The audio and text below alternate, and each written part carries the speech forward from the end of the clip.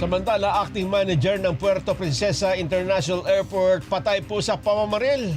Detalye mula kay Ryan Periol. Ryan?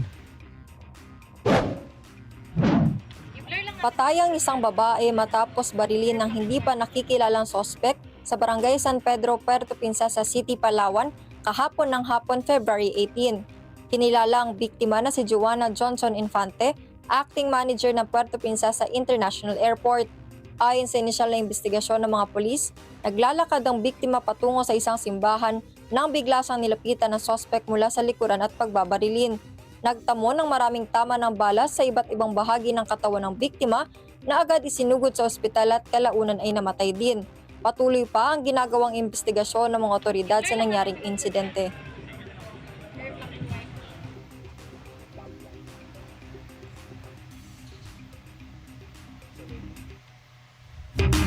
Grabe yung bumaril, kitang-kita, oh.